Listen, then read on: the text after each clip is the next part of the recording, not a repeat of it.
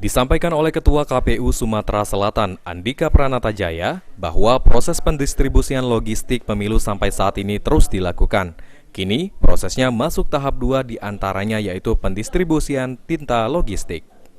Selanjutnya setelah itu, KPU Sumatera Selatan akan melakukan proses pendistribusian surat suara ke seluruh KPU Kabupaten Kota.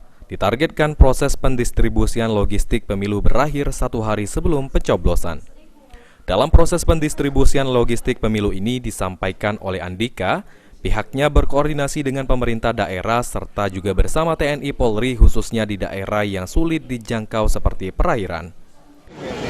Jadi semua kami mudah-mudahan bisa siap tepat waktu, kemudian bisa terdistribusi juga dengan segera ke kabupaten kota.